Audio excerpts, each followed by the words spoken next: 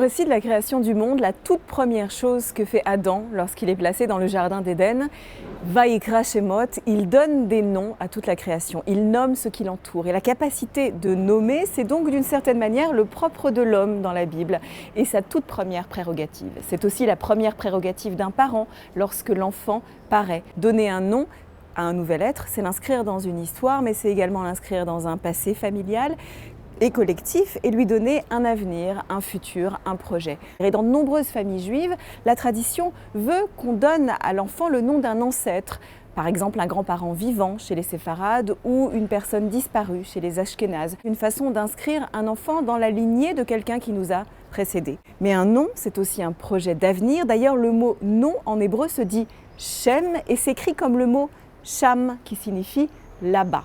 Donner un nom à un enfant, c'est lui donner la possibilité d'aller là-bas, de dépasser son héritage, de faire de sa vie quelque chose d'inédit.